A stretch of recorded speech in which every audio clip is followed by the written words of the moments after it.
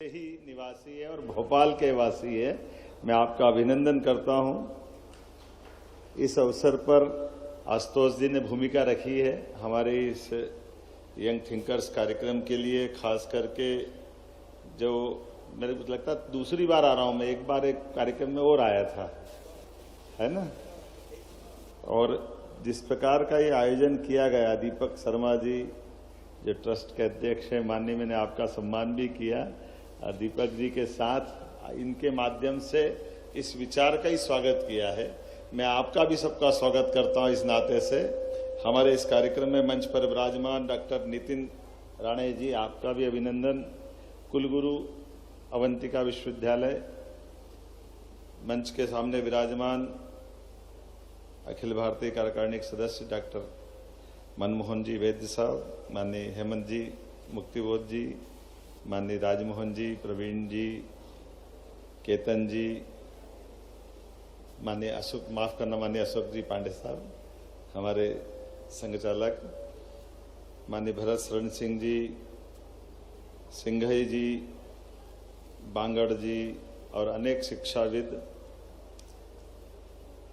ये अभी यहाँ एक काल चक्र की तरह महाकाल की इस नगरी में अपना एक वीडियो भी चल रहा था, और ये बात भी सही है कि हमारी ये काल की नगरी, महाकाल की नगरी, ये अपने आप में कई कई कारणों से, कई बातों को लेकर के इसका अपना इतिहास कमोबेश भारत के इतिहास से जुड़ करके ही है। और उसी संदर्भ में ये हमारे युवा मित्रों ने जिस प्रकार से, मानी सारे हमारे राजमोहन जी से लेकर के सारे हमारे प्रारंभ के विचारकों ने इस बात के लिए प्रेरणा दी है।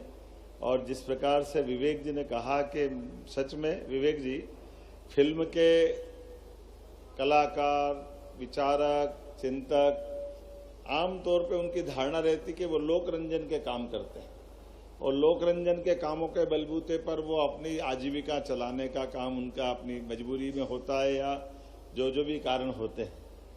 लेकिन हमारे इस बॉलीवुड के दृष्टि से जो आप काम कर रहे हो, मैं वाकई आपको प्रणाम करता हूं, आपका अभिनंदन करता हूं। जोरदार अभिनंदन करें। सच में अपने आप को दांव पे लगा करके जिस प्रकार से आपने कश्मीर फाइल्स मैंने खुद ने देखी, और ये बात आपने सही कहा है कि लोग इतनी चालाकी से अपनी बात करते हैं। मैं आज के इस अवसर पर इस उद्घाटन सत्र के माध्यम से ही आपने इस 3 दिन के आने वाले कल की कल्पना कर सकता हूं कि ये जो हमारा विचार की जो यात्रा रहेगी, सच में भारत को इसी प्रकार की आवश्यकता है।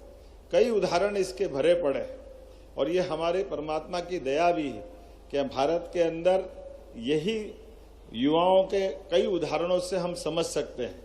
1923 में जब हमारे बीच नेताजी सुभाष चंद्र बोस आईसीएस एग्जाम पास करते हैं, और आईसीएस एग्जाम पास करने के बाद